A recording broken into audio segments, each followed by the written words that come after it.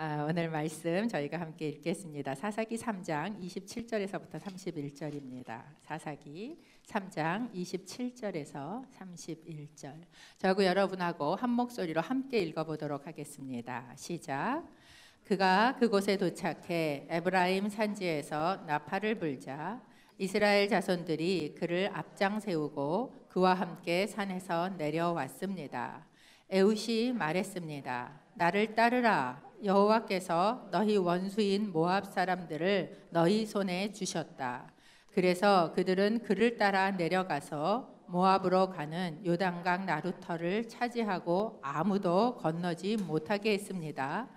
그때 그들이 모압 사람 1만 명 정도를 죽였는데 그들은 모두 건장하고 용맹한 사람들이었으며 단 한 사람도 살아남지 못했습니다. 그날 모압은 이스라엘의 손에 굴복했고 그 땅이 80년 동안 평온했습니다. 아나세 아들 삼갈이 에훗의 뒤를 이었는데 그는 소를 모는 막대기로 블레셋 사람 600명을 죽이고 그 또한 이스라엘을 구원했습니다. 말씀 듣기 전에 잠깐 기도하겠습니다. 하나님께서 계시해 주신 사사기의 말씀 앞에 섭니다. 하나님, 우리의 눈을 여시고 하나님의 계시를 보여주옵소서. 당신의 말씀이 우리 가운데 들어와 우리를 찔러 쪼개는 시간이 되게 하여 주시옵소서. 예수 그리스도의 이름으로 기도합니다. 아멘. 저희가 읽은 본문은 27절부터 읽었지만 오늘 제가 다룰 내용은 3장 12절부터 시작되는 에훗의 긴 이야기입니다. 그 코미디 프로나 개그 프로 같은 걸 보면 사람들이 웃는 포인트가 있어요. 어떤 포인트에서 사람들이 웃게 되냐면 예상치 못했던 반전이 있었을 때, 이렇게 갈 거야 그랬는데 다른 행동이나 다른 게 나올 때 사람들이 웃게 되고요. 어떤 아이러니가 있을 때, 이럴 때 그걸 보면서 사람들이 웃음이 나오게 된다라는 겁니다. 이 사사기의 이야기는 사실 굉장히 슬프고 암울하고 어두운 이야기예요. 그런데 의외로 이 사사기의 이야기 속에 굉장히 많이 코미디적인 요소가 있는 거 아십니까? 제가 생각할 때 하나님은요 굉장히 유머러스 하신 분이세요. 제가 처음 성경 통독을 시작했을 때 다윗을 죽이려고 사울이 사람들을 보내다가 자기도 다윗을 잡으러 갔는데 성령이 임해서 갑자기 드러누워서 옷을 벌거벗고 예언을 하는 장면을 읽는데 그게 너무 웃긴 거예요. 그림을 그려보니까 그런 내용이 있는지 성경을 오래 신앙생활에서도 사실 성경 통독을 계속하지 않으면 잘 몰랐던 내용이라 그걸 마루에서 읽다가 제가 막 웃었어요. 그랬더니 우리 딸이 좀 어릴 때인데 나와서 이렇게 보면서 엄마 왜 웃어? 성경책이 웃겨? 그러고 물어봤어요. 그래서 성경책이 정말 웃겨. 하나님 진짜 웃기다야. 제가 그러면서 그걸 막 읽었더니 얘가 성경책이 웃겨? 계속 그러고 이렇게 들어갔었던 기억이 저한테 나요. 하나님이요 의외로 굉장히 유머러스 하십니다. 그래서 이 사사기를 보면 그런 하나님의 유머의 부분들이 곳곳에 들어있는데 그 중에 하나가 바로 이 에훗의 이야기입니다. 지난주에 저희가 온니엘에 대한 이야기를 했어요. 이 온니엘은 사사의 롤 모델 같은 역할이다라고 말씀을 드렸습니다. 왜냐하면 이미 온니엘은 그 앞에 한번 등장을 했던 사람입니다. 구원자로 또 전쟁에 승리한 용사였어요. 온니엘이라는 사람은 가문도 아주 좋은 가문입니다. 어디죠? 유다 지파예요. 거기에다가 유명한 사람의 가족이에요. 누구예요? 갈렙의 가족입니다. 뿐만 아니라 이미 전쟁을 해서 승리했던 용사기 때문에 온니엘이 사사가 됐어 라는 거는 사람들이 볼 때 별로 큰 반전이 없어요. 그래, 저 정도면 사사가 될 만하지 라는 생각이 드는 것입니다. 그런데 그 이후에 나오는 사사들, 즉 샘플로 온니엘이라는 사람을 딱 보여줬는데 그 이후에 나머지 나오는 사사들은요 사실 굉장히 예상 밖의 인물들이에요. 예상 밖의 인물들이 아무로 기대할 수 없는 방법을 가지고 뭐를 해요? 이스라엘 백성을 구원하는 거예요. 기대하지 못한 사람이 예상하지 못한 방법으로 이스라엘 백성을 구원하고 있는 이야기. 그것이 바로 사사기예요. 이것이 무엇을 의미할까 하는 것이 바로 오늘 에훗의 이야기에서 저희가 보려고 하는 것입니다. 사사기 3장 12절 말씀 저하고 함께 읽어보겠습니다. 시작.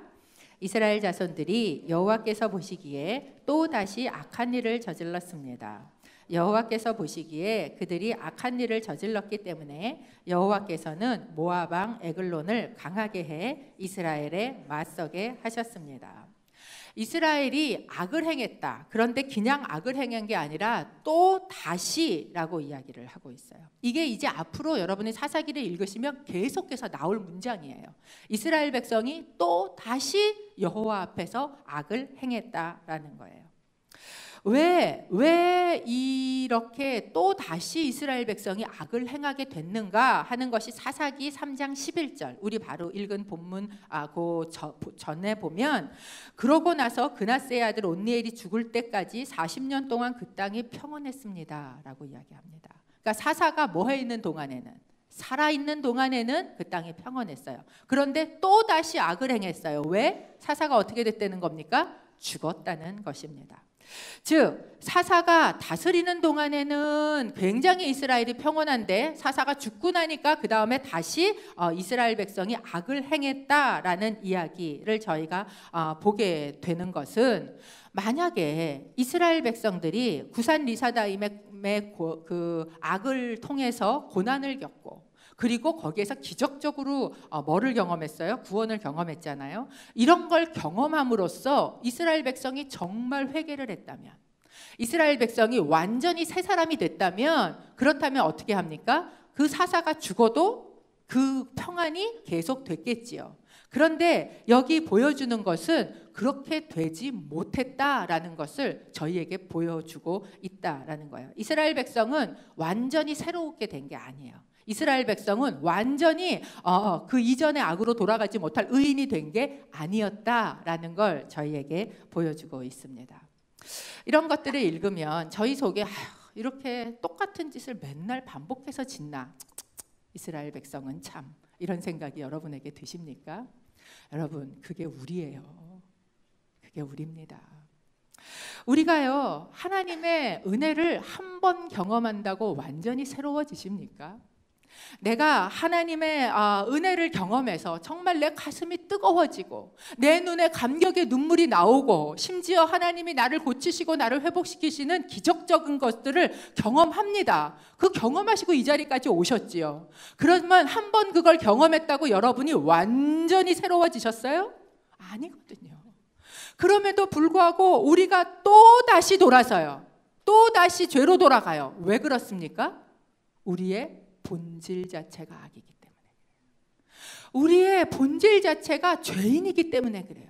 우리가 그걸 한 번 경험한다고 완전히 새롭게 돼서 의인으로 계속 가지 못하다는 사실을 이 사사기에서 이스라엘의 또다시라는 단어에서 저희에게 보여주고 있는 거예요. 즉 우리는 매일 순간마다 날마다 다스림 속에 있어요.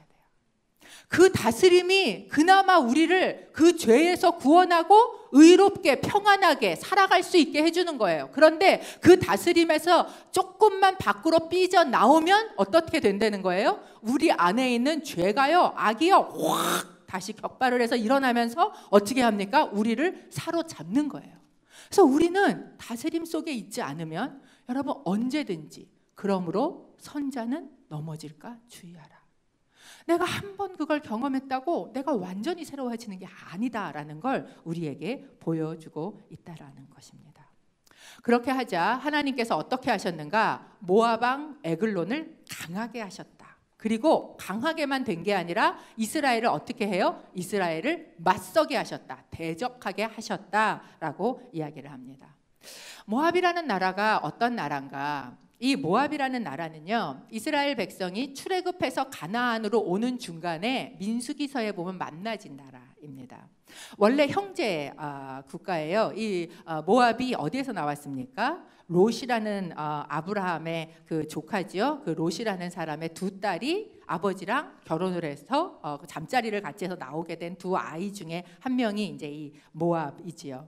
이스라엘 백성이 이제 가나안으로 가면서 모압을 지나가게 됐어요. 그래서 사람을 보냅니다. 우리가 그래도 형제 아닙니까? 한 혈통에서 나오지 않았습니까?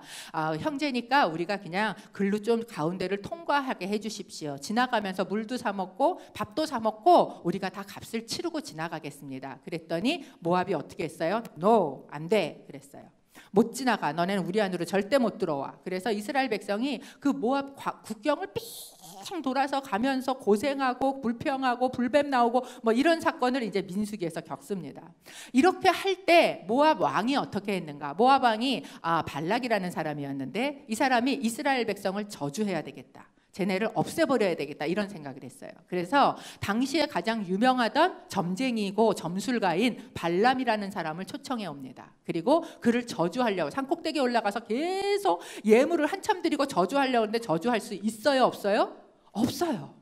모압은 이스라엘을 심지어 한마디로 저주조차 할 수 없는 존재예요.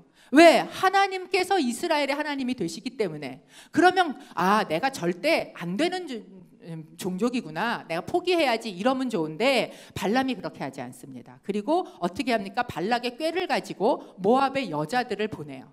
그리고 모압의 여자들이 그 뒤로 가서 사람들을 유혹하게 만듭니다. 하나님의 손 안에, 하나님의 다스림 안에 있는 한은 우리가 어떻게 할 수 없어. 다스림 안에 있으면 평온한 거예요. 그런데 하나님의 다스림을 깨트리는 게 가장 좋은 방법인데 그게 뭐야? 음행하는 거야. 우상 숭배하는 거야. 그래서 여자들을 보냅니다.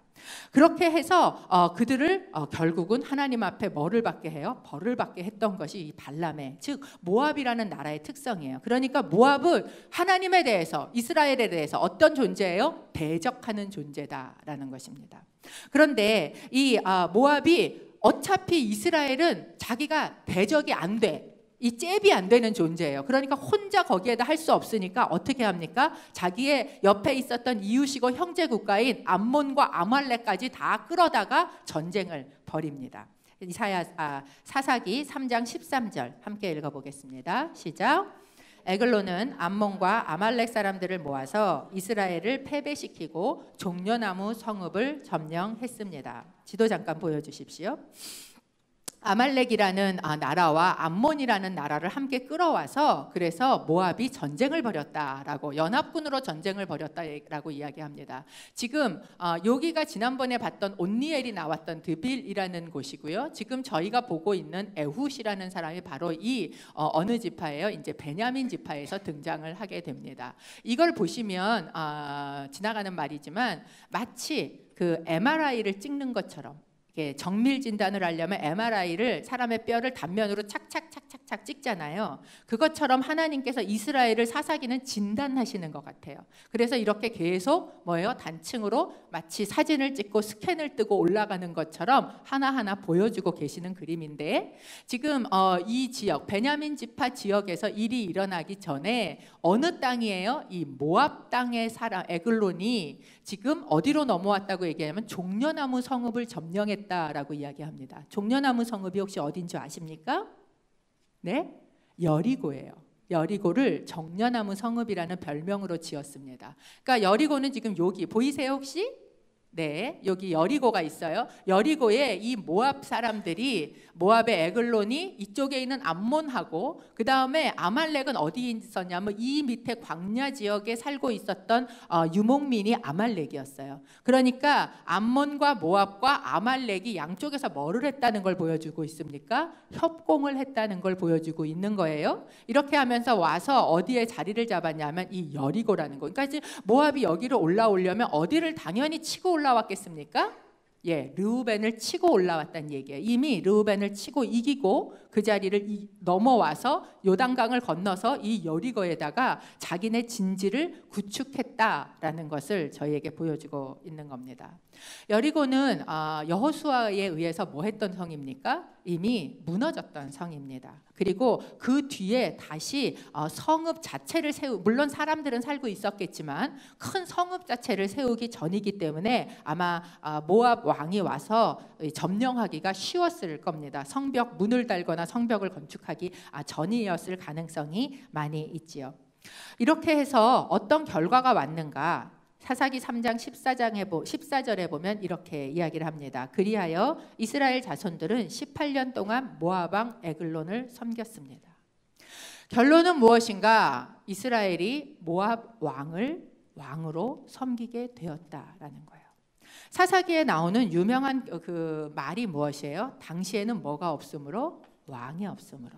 이스라엘에는요, 왕이 있기 전의 시대예요. 왕은 어디에 있어요? 왕은 이방 민족에게 있어요. 이스라엘에는 왕이 있지 않았어요. 그런데 이방 왕이 지금 와서 이스라엘에서 무슨 노릇을 하고 있는 거예요? 왕 노릇을 하게 되었다라는 거예요. 무려 18년 동안. 신명기 17장에 보면 하나님께서 이스라엘에게 이 왕에 대한 경고를 하셨어요. 너희가 이방처럼 왕을 가지게 되면, 그러면서 왕이 절대로 힘과 권력을 가지지 말아야 된다라고 이미 경고를 하셨었습니다. 왜냐하면 이 파워를 가진 왕이 왕 노릇을 하게 될 때 백성들은 어떻게 되는가? 백성들은 굉장히 괴로움을 겪기 때문에 그렇습니다.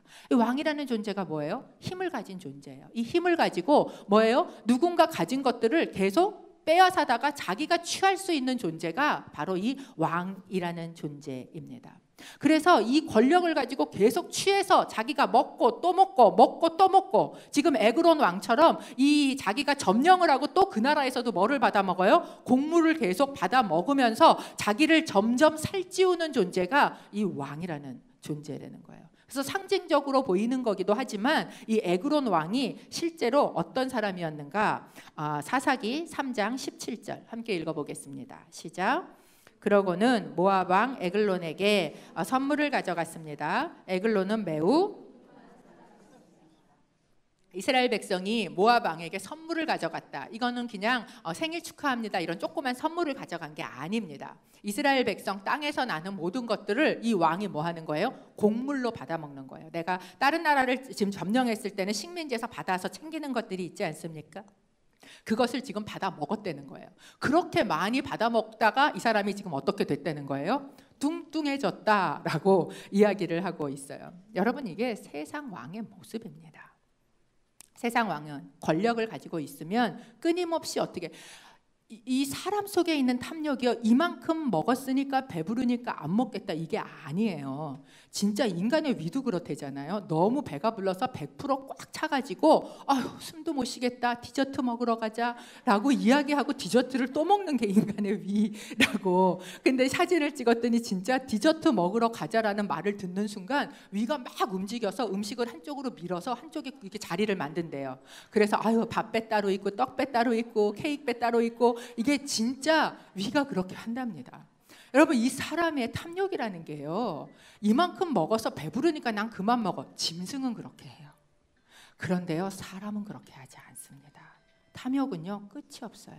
먹고 또 먹고 먹고 또 먹어서 매우 뚱뚱해졌다라고 이 왕을 표현하고 있는 것이에요. 이 에글론이라는 말뜻 자체가 뚱뚱한 또는 통통한 송아지, 황소 이런 의미예요. 그러니까 이 이름 자체가 이것을 보여주고 있어요. 뺏어서 먹고 뺏어서 먹고, 그래도 또 먹고 또 먹고, 나중에요 이 에글론이 먹다 뭐까지 먹냐면 칼까지 집어먹어요, 배로. 그러니까 이런 끊임없이 다른 것을 받아서 나를 채우고자 했던 권력을 가지고 높아져서 그러려고 했던 존재가 바로 이 에글론이라는 존재입니다. 그러자 어떻게 이스라엘이 했는가? 3장 15절 함께 읽어보겠습니다. 시작. 그러나 여호와께서는 이스라엘 자손들이 여호와께 부르짖을 때 베냐민 지파 게라의 아들인 왼손잡이 에훗을 그들의 구원자로 일으켜 세워 주셨습니다.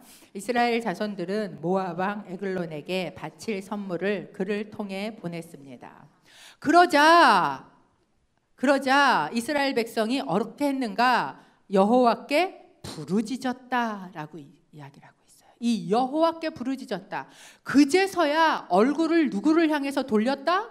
여호와를 향해서 돌렸다라는 거예요. 그러니까 하나님께서 어떻게 하셨는가? 하나님께서 구원자를 일으켜 세워 주셨다. 3장 15절 앞에 보면 그러나라고 이야기를 하고 있습니다. 그러나 하나님께서 구원자를 세워 주셨다.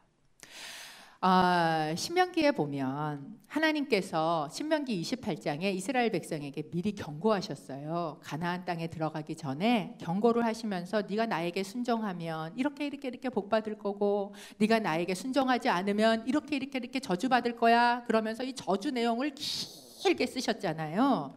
그거는 뭐예요? 그렇게 하지 말라는 거예요. 그렇게 경고하실 때 하신 말씀 중에 하나가 뭐냐 하면 신명기 28장 29절에 이렇게 이야기를 합니다.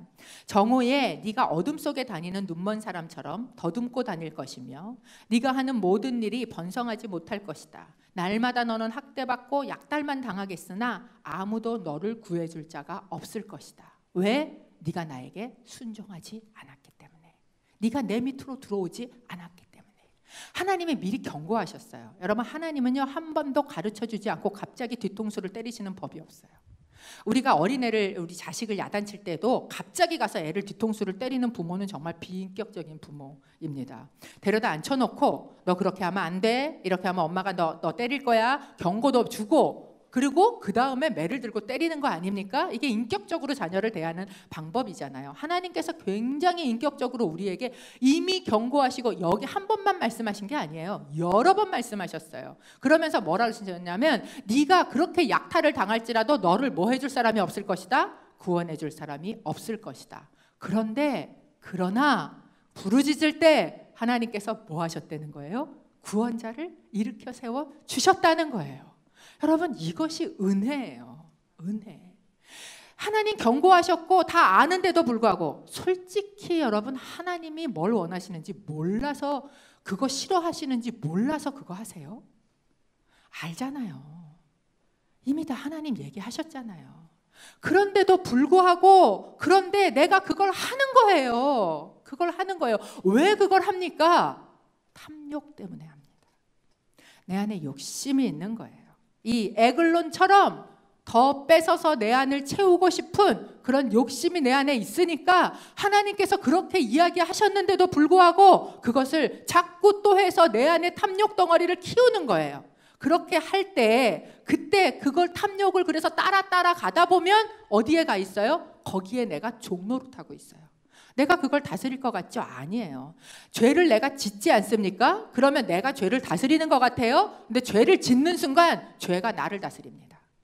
그 술도 비슷하다고 이야기를 하더라고요. 술을 처음엔 내가 술을 먹는 것 같아요. 한참 먹다 보면 누가 나를 먹어요? 술이 나를 먹어요. 그것처럼 이 죄도 우리가 그렇게 그거에 노예가 되고 억압을 당한다라는 거예요. 그런데 그럴 때 하나님께서 누구를 일으켜 주신다는 거예요? 내가 부르짖으면, 그분께로 향하면, 그러면 구원자를 일으켜 주시겠다. 이것이 은혜라는 것입니다. 이 구원자가 어떤 사람인가? 이 구원자가요, 에훗이라는 사람이다 라고 15절에 이야기를 합니다. 근데 이 에훗을 설명할 때 이렇게 설명을 해요. 베냐민 지파 게라의 아들인 왼손잡이 에훗이라고 이야기를 합니다. 이 베냐민 사람이라는 이야기는 말뜻이 뭐냐 하면 오른손의 아들이라는 뜻이에요. 베냐민이라는 이름이 어디서 나왔는지 창세기에 나왔는데 혹시 기억을 하십니까? 이 라헬이 마지막 아들을 낳으면서 결국은 아기를 낳고 죽어요. 그러면서 창세기 35장 18절에 이렇게 이야기를 합니다. 라헬이 막 숨을 거두는 그때에 그녀는 아들의 이름을 베논이라고 지었습니다. 그러나 그 아이의 아버지는 그를 베냐민이라고 불렀습니다. 이 베논이라고 이름을 지었어요. 근데 그게 슬픔의 아들이라는 뜻이에요. 그러니까 내가 너무 이 아이를 낳고 죽으니까 너무 슬프다 그러면서 슬픔의 아들이라고 불렀는데 어떻게 애 이름을 슬픔의 아들이라고 짓겠어요? 그러니까 이 아버지가 이름을 바꿉니다. 베냐민으로 바꿔요. 이 베냐민은 무슨 뜻이냐면 오른손의 아들이다 라는 뜻이에요. 당시 그 시대에 이 오른손, 지금도 그렇잖아요. 그는 내 오른팔이야 라고 이야기하면 뭡니까? 나의 힘인 거예요. 당시에 오른팔은 힘을 상징하고 능력을 상징합니다. 그래서 베냐민은 내 오른손의 아들이야 라고 이야기하게 너 강하게 커라 라고 아마 그 이름을 지어 주었겠지요. 그런데 이 오른팔의 아들이라는 지파에서 나온 자식인 에훗이 이름이 뭐예요? 왼손잡이였다라고 이야기를 합니다. 이 왼손잡이라는 의미가 무엇을 뜻하는가에 대해서는 여러 가지 해석들이 있습니다. 그래서 70인역이라는 그 헬라어 성경은 이것을 뭐로 번역을 했냐 하면 양손잡이로 번역을 해놨어요. 왜 그렇게 번역을 하냐 하면 이제 뒤에 저희가 사사기를 보면 나오겠지만 베냐민 지파에 왼손잡이들로만 구성되어 있는 군대, 물맷돌을 던지는 군대가 있다. 뭐 이래서 베냐민 지파에서는 이 양손을 다 사용할 수 있는 그런 군인들을 길러냈다. 뭐 이런 식으로 해석을 하기도 합니다. 모르겠어요. 그런데 정확하게 저는 어떻게 생각을 하냐 하면 이거는 강함을 이야기하는 게 아니라 오히려 그 가운데 있는 약함을 이야기한다고 생각합니다. 왜냐하면 원어를 보면 이 히브리 원어를 보면 정확하게 어떤 뜻이냐면 오른손이 묶여 있는 사람, 오른손을 쓰지 못하는 사람이라는 뜻이 있어요. 그러니까 이 왼손잡이라는 의미는 오른손도 자유롭게 쓸 수 있는데 왼손도 잘 썼다는 의미가 아니라 오른손을 쓸 수 없기 때문에 왼손을 쓴 사람이에요. 여러분 팔이 다치면 제가 이제 누가 팔이 다쳤어요 그러면 제일 먼저 물어보는 게 뭔지 아세요? 어느 손이에요? 그리고 물어봐요. 왜냐하면 이 오른손을 다치면 정말 불편합니다. 모든 게 다 오른손으로 이루어지기 때문에 이 왼손으로 뭐를 하나 밥 하나 떠서 입으로 넣는 것도 이게 왜 조준이 안 되는지 되게 어려운 거예요. 그런데 이 오른손을 못 쓰는 사람, 그래서 왼손을 쓸 수밖에 없었던 사람이 바로 이 에훗이라는 사람이에요. 이 사람은 자기의 그 가문에 걸맞지 않게 약한 사람이었습니다. 아마 이 점이 이제 이 에훗이 모압 왕을 죽이러 가서 모압 왕을 암살을 하거든요. 이 앞의 내용을 보면 이 모압 왕을 암살하러 가는 데에 굉장히 유리한 점으로 작용하지 않았을까 싶습니다. 한번 읽어봤으면 좋겠어요. 준비가 안 될래나? 제가 한번 읽어봐 드리겠습니다. 17절을 제가 한번 읽어봐 드리겠습니다. 한편 에훗은 길이가 한 규빗 정도 되는 양날을 가진 짧은 칼을 만들어 자기 옷 속 오른쪽 허벅지에 숨겼습니다. 그러고는 모압 왕 에글론에게 선물을 가져갔습니다. 에글론은 매우 뚱뚱한 사람이었습니다. 라고 이야기를 하고 있어요. 이게 뭐냐면 이제 모압 왕에게 공물을 바치는데 누구를 통해서 바쳤다는 거예요? 에훗을 통해서 바쳤다는 거예요. 마치 로마 시대의 세리장이 세금 걷어가지고 로마 본국에다가 바치는 것처럼 이스라엘 사람들이 좋아했겠어요? 안 했겠어요? 별로 안 좋아했겠지요. 다 뺏어서 걷어서 이제 이 모압에다가 공물로 바치는 일을 이 사람이 했다라는 거예요. 그리고 그 왕하고 그러니까 이미 그걸 항상 하던 사람이니까 안면이 터 있는 사람이에요. 뿐만 아니라 이 사람이 그 공물을 바치러 가면서 칼을 만듭니다. 근데 칼을 한 규빗짜리 칼을 만든대요. 이스라엘의 한 규빗은 이 손 끝에서부터 팔꿈치까지, 그러니까 한 45cm 정도 되는 그 길이가 한 규빗입니다. 이 정도 되는 칼이면 그래도 그렇게 작은 칼은 아니지요. 이 정도 되는 칼이 양날이 서 있는 칼을 만들어서 어디에다가 붙입니까? 오른쪽 다리 안쪽에다가 이렇게 붙이는 거예요. 그걸 붙여서 옷으로 꽁꽁 아마 이렇게 해서 해놨을 거예요. 그런데 그가 왕 앞에 나가는데도 이 무기가 걸리지 않았어요. 그것은 무엇이에요? 그만큼 이 에훗을 바라볼 때 절대로 암살을 할 수 있는 사람이 아닌, 왜? 오른팔도 못 쓰고 그저 그냥 왼팔로 뭐를 하나 하고 있는 사람이 과연 왕을 이렇게 암살을 할 수 있는 사람이라는 의심을 받지 않았다라는 것을 저희에게 보여주고 있는 겁니다. 설마 그가 왕을 암살할 정도의 그런 사람이 되랴라고 기대치도 않았던 사람이라는 거예요. 그가 이제 예물을 가져다가 왕 앞에 평상시처럼 잘 드리고 그리고 다시 돌아갑니다. 돌아가다가 다시 돌아와요. 그 이야기가 19절에서부터 20절까지 있는데 좀 함께 읽어보지요. 시작.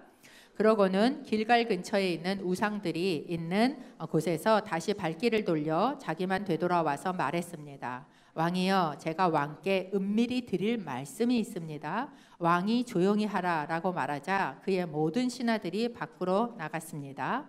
그러자 에훗이 그에게 다가갔습니다. 왕은 지붕 위에 있는 시원한 다락방에 혼자 앉아 있었습니다. 제가 왕께 드릴 하나님의 말씀을 갖고 왔습니다. 라고 에훗이 말했습니다. 그러자 왕이 자리에서 일어났습니다. 돌아가다가 아까 그 여리고 지도에서 여리고 바로 옆에 있는 길갈을 혹시 보셨는지 모르겠어요. 여리고에서 멀지 않은 곳에 길갈이 있습니다. 그런데 그곳으로 길갈까지 가다가 여기 보니까 우상들이 있는 곳에서 다시 돌이켰다라고 이야기를 해요. 이게 개역에 보면 돌 뜨는 곳에서 다시 돌이켰다라고 번역이 되어 있습니다. 돌을 뜬다라는 거는 이제 채석장이라는 의미이기도 한데 이 원어가 정확하게는 뭐냐면 돌을 새기는 곳이에요. 즉 돌을 떠서 돌을 새겨서 뭐를 만들었겠어요? 우상들을 만들었겠지요. 그러니까 이 길갈 옆에 그런 곳이 있었다라는 것을 보여주고 있는 것은 이스라엘 백성이 얼마만큼 그것을 많이 섬기고 있었는지를 보여주고 있는 것입니다. 그곳을 지나가다가 그러니까 그곳은 뭐예요? 우상들이 많이 있는 곳이니까 약간 더 신령한 곳 같이 생각이 되었겠죠. 그곳에서 다시 돌아온 거예요. 다시 돌아와서 뭐라고 이야기하냐면 이제 왕이 집무실에서 공물 받고 집무를 다 하고 쉬는 시간이 돼서 다락에 올라가서 다락에 이제 서늘한 평상에서 이렇게 쉬고 있는데 그런데 온 거예요. 에훗이 다시 온 거예요. 와가지고 뭐라고 이야기하냐면 왕께 내가 드릴 은밀한 말씀이 있습니다 라고 이야기를 해요. 이 말씀이라는 단어가 다바르라는 단어인데 이 단어는 일, 계획, 말씀 이런 것으로 쓰이는 단어예요. 근데 이 단어를 계속해서 에훗이 반복하고 있습니다. 왕 앞에 가서 내가 왕에게 은밀히 드릴 말씀이 있습니다 라고 얘기를 해요. 그러니까 왕이 사람들을 다 내보냅니다. 사람들을 다 내보내요. 생각해보면 얼마만큼 신뢰가 있었길래 왕이 단독으로 이 사람을 만날까라고 생각을 할 수도 있고 또 하나는 당시에는 모든 게 다 신탁으로 이루어지는 시대입니다. 열왕기에도 보면 이 하나님의 말씀을 들고 가서 왕으로 하나님의 그 기름을 붓고 아무도 없는 데서 기름을 붓고 이렇게 오지 않습니까? 그런 식으로 어떤 신탁들이 올 수 있다라고 생각을 하는 거예요. 근데 와서 이제 그렇게 이야기를 한 거예요. 그러니까 다 사람들을 내보내지요. 이제 왕이. 그리고 단독으로 만납니다. 그리고 20절에 보니까 에훗이 왕에게 다가가요. 그가 혼자 있는 그 다락방에서 다가가서 그래서 또 뭐라고 이야기합니까? 내가 왕께 드릴 뭐가 있다 그래요? 하나님의 말씀이 있다, 다바르가 있다라고 이야기를 해요. 그러니까 왕이 그 자리에서 일어섭니다. 왜냐하면 신으로부터 어떤 말씀을 들을 때에는 일어서는 게 예의인 거예요. 그래서 신으로부터 어떤 이야기를 들을 때 이 왕이 이게 지금 뭔가 이 땅에 있는 신 또는 자기가 생각할 때 어떤 신으로부터 나한테 특별한 이야기가 있나 보다. 에그론이 어떤 이야기를 기대했을까요? 에그론이 내가 왕인데 이게 뭔가 기대치가 있으니까 지금 내보내고 듣는 거 아닙니까? 내가 요 여리고를 지금 점령해가지고 여리고에서 내가 요 지역 베냐민 지역에서 내가 받아먹고 있는데 그런데 신이 나한테 말씀을 하신대. 나한테 이 땅을 다 주실래나 보다. 자기 속에 있었던 욕심, 자기가 먹고 채우는 거를 더 강하게, 더 많이, 더 채울 수 있는 말씀을 기대한 거예요. 에그론이 그걸 기대하면서 지금 자리에서 일어나서 신이 나한테 얘기를 하셨어? 이러면서 기대가 차서 말씀을 받으려고 하는데 에훗이 말씀 대신 준 게 뭐예요? 칼을 줬어요. 칼을. 그것도 양날이 시퍼렇게 서 있는 칼을 말씀 대신 에훗 배에다가 찔러 넣었다라는 것입니다. 사사기 3장 21절 22절 함께 읽어보겠습니다. 시작. 그리고 에훗은 왼손을 뻗어 오른쪽 허벅지에서 칼을 뽑아 왕의 배를 찔렀습니다.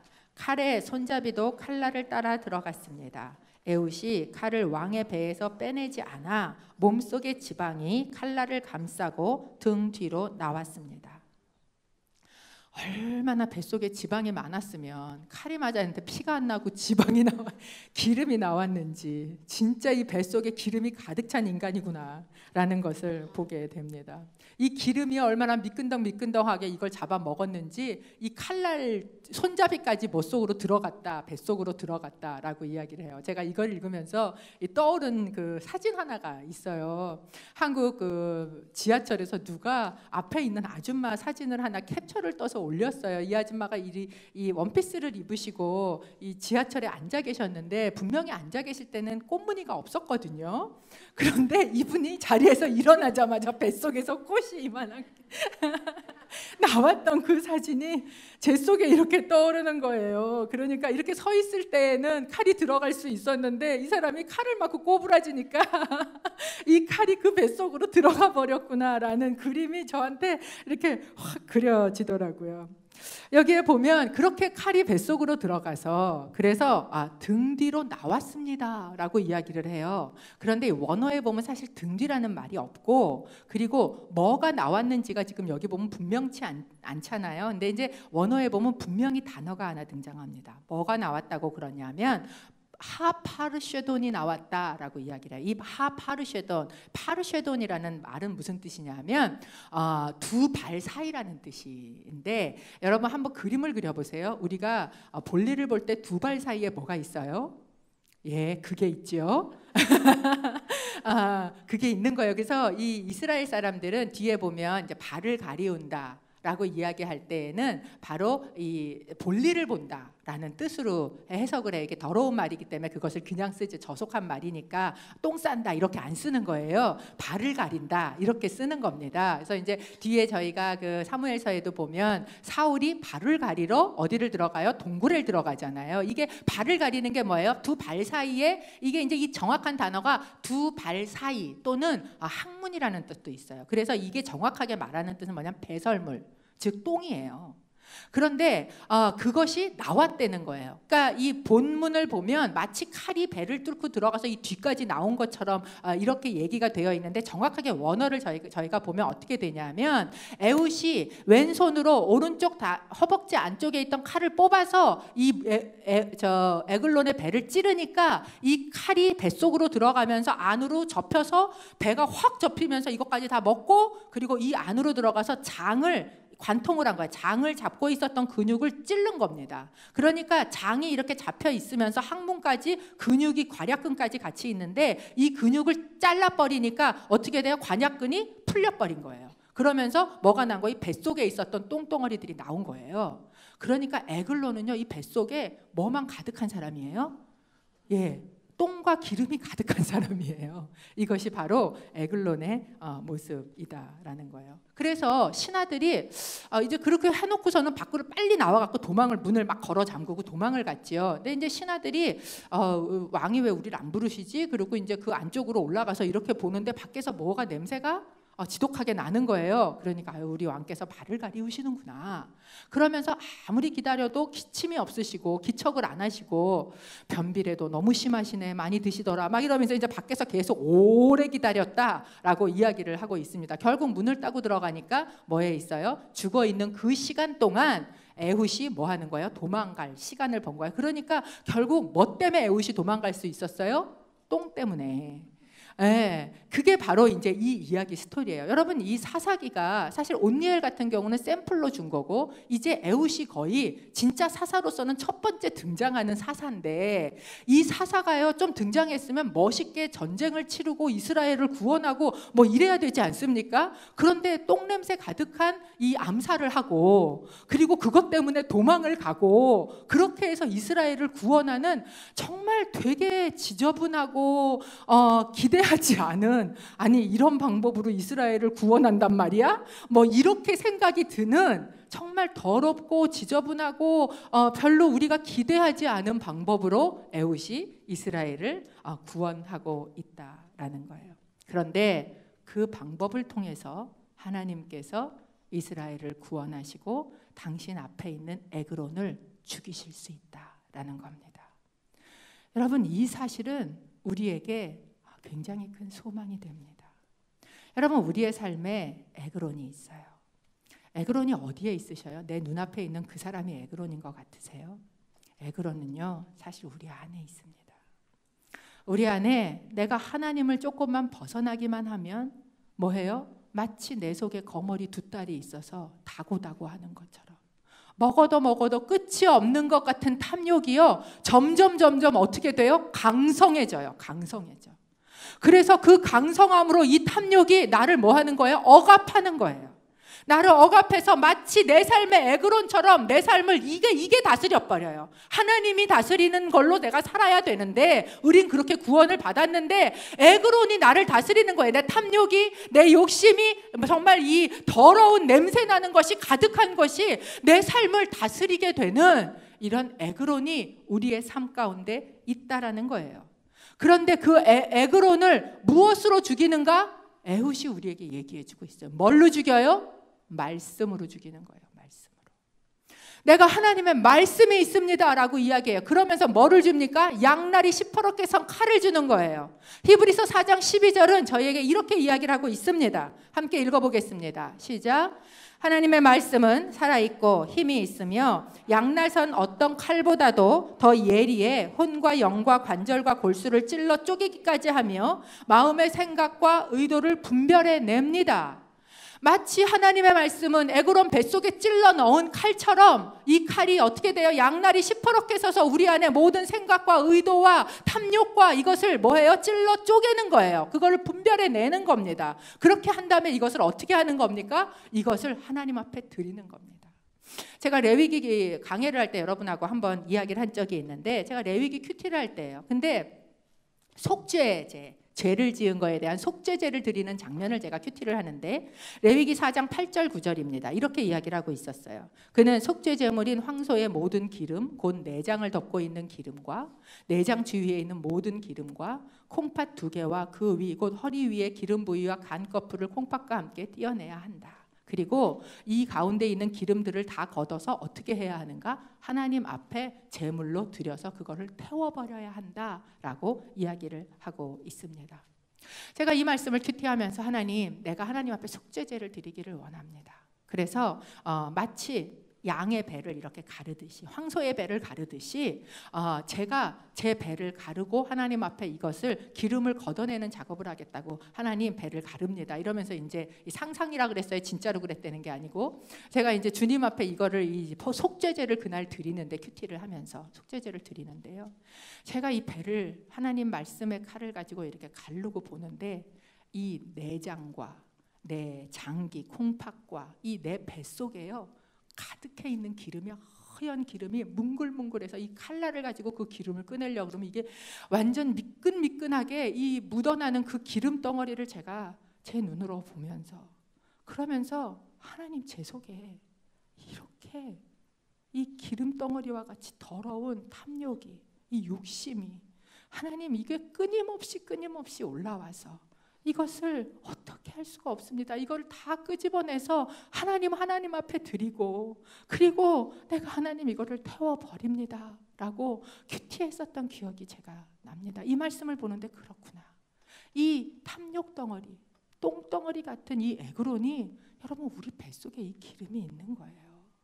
그래서 우리는 무엇을 해야 합니까? 이것을, 이 제물을 드리면서 하나님 앞에 번제로 하나님의 다스림 속으로 들어가야만, 그래야만 이것이 나를 다스리는 데서 벗어날 수 있다라는 거예요.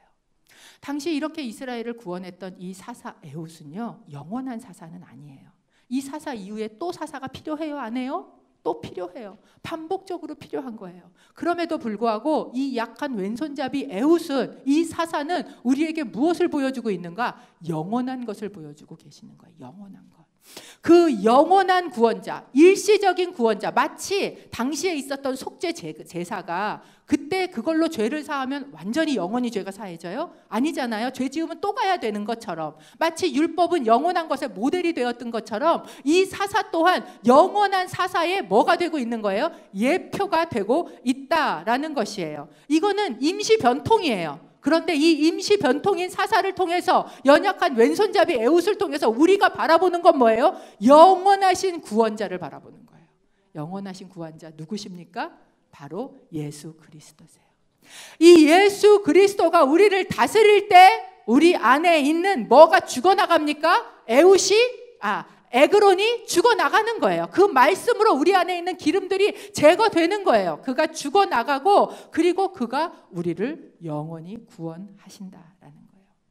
아무도 이 왼손잡이, 오른손이 불구가 되어버린 이 왼손잡이 에훗이 이스라엘을 구원할 것이라고 생각지도 못했을 거예요. 그 약한 자가 무슨 이스라엘을 구원해.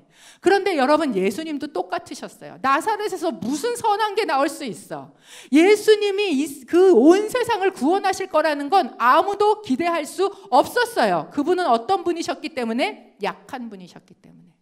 그분은 우리가 흠모할 만한 아름다운 것이 아무것도 없으셨어요. 그분은 마치 그냥 나온 어린 순 같았어요. 너무 약했어요. 그분은 마치 털 깎는 자 앞에 선 잠잠한 어린 양과 같았어요. 그저 당하면 당할 것 같은 그 약한 그분이 말도 안 되는 방법을 가지고 어떻게 하셨다는 거예요? 우리를 구원하셨다라는 겁니다. 이 에훗의 이야기에 우리에게 바라보라고 하는 것은 바로 그 예수 그리스도의 구원을 우리로 하여금 바라보게 하는 것입니다. 그러고 난 다음에 에훗은요, 장군이 돼서 전쟁을 선포합니다. 어떻게 선포하는가? 사사기 3장 27절, 28절 저희가 함께 읽어보겠습니다. 시작. 그가 그곳에 도착해 에브라임 산지에서 나팔을 불자 이스라엘 자손들이 그를 앞장 세우고 그와 함께 산에서 내려왔습니다. 에훗이 말했습니다. 나를 따르라. 여호와께서 너희 원수인 모압 사람들을 너희 손에 주셨다. 그래서 그들은 그를 따라 내려가서 모압으로 가는 요단강 나루터를 차지하고 아무도 건너지 못하게 했습니다. 이제 이스라엘은 이 왕을 죽인 그 모압을 상대로 뭐 하는 거예요? 전쟁을 벌이고 있는 거예요. 이 머리를 치는 거예요. 당시의 그 전쟁은. 그래서 이 에훗이 그 왕을 죽이고 난 다음에 어떻게 합니까? 나팔을 불고 이제 모압을 다 누구 손에 붙여주시는 거예요? 이스라엘의 손에 붙여주신다라는 거예요. 그래서 모압 군인이 아무리 건장한 군인일지라도 뭐 합니까? 1만 명을 싹 다 죽여버리는, 아무도 누구 하나도 요단강을 건너지 못하게 하고 그리고 다 죽여버리는 사건이 나온다라는 거예요. 여러분, 우리가 계시록에 보면 나팔을 불 때 어떤 일이 일어납니까? 우리 원수된 사단이요, 완전히 멸절되는 전쟁이 일어나는 거예요. 어린 양처럼 오셨지만, 약하게 오셨지만 그분이 마지막 때에는 뭐해요? 전쟁의 장군처럼 나팔 불면서 오실 줄로 믿습니다. 그때에는 우리 속에 그렇게 없애려고 해도 또 일어나고 또 일어나고 또 일어나서 반복적으로 일어나서 구원이 필요하던 에그론과 같은 우리의 대적들, 사단이 어떻게 되는 거예요? 우리 발밑에 완전히 죽어나가는 거예요. 왜? 사단의 머리를 예수 그리스도께서 뭐 하셨기 때문에? 발로 밟으셨기 때문에 그렇습니다. 그러면 그땐 더 이상 우리 안에 죄악이 없어요.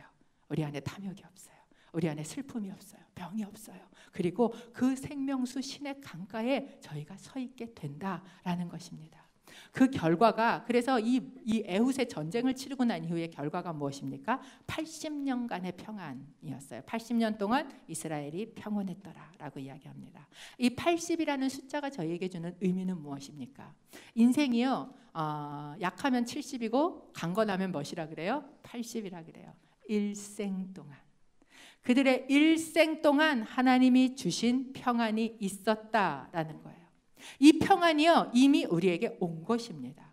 여러분, 예수 그리스도께서 십자가로 어떻게 보면 가장 약한 방법으로, 기대하지 않은 방법으로 우리를 구원하신 그 방법 때문에 우리 안에 이미 그 평안이 들어와 있는 줄로 믿습니다. 우리가 그걸 누리고 일생을 예수 그리스도께서 주신 그 대적을 이기신 걸 누리고 사는 거예요. 그런데 그 다음에 한 절이 붙어 있는 이야기가 있어요. 그게 뭐냐면 삼갈의 이야기입니다. 시간이 많지 않지만 삼갈의 이야기 잠깐 여러분하고 나누고 마무리하겠습니다. 사사기 3장 31절 저희가 좀 같이 읽어봅니다. 시작.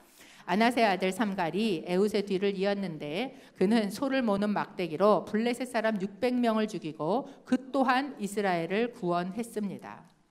여기 보면 에훗의 뒤를 이었다라고 이야기를 해요. 그러면 에훗이 죽은 다음에 삼갈이 나온 것처럼 이야기를 하고 있지 않습니까?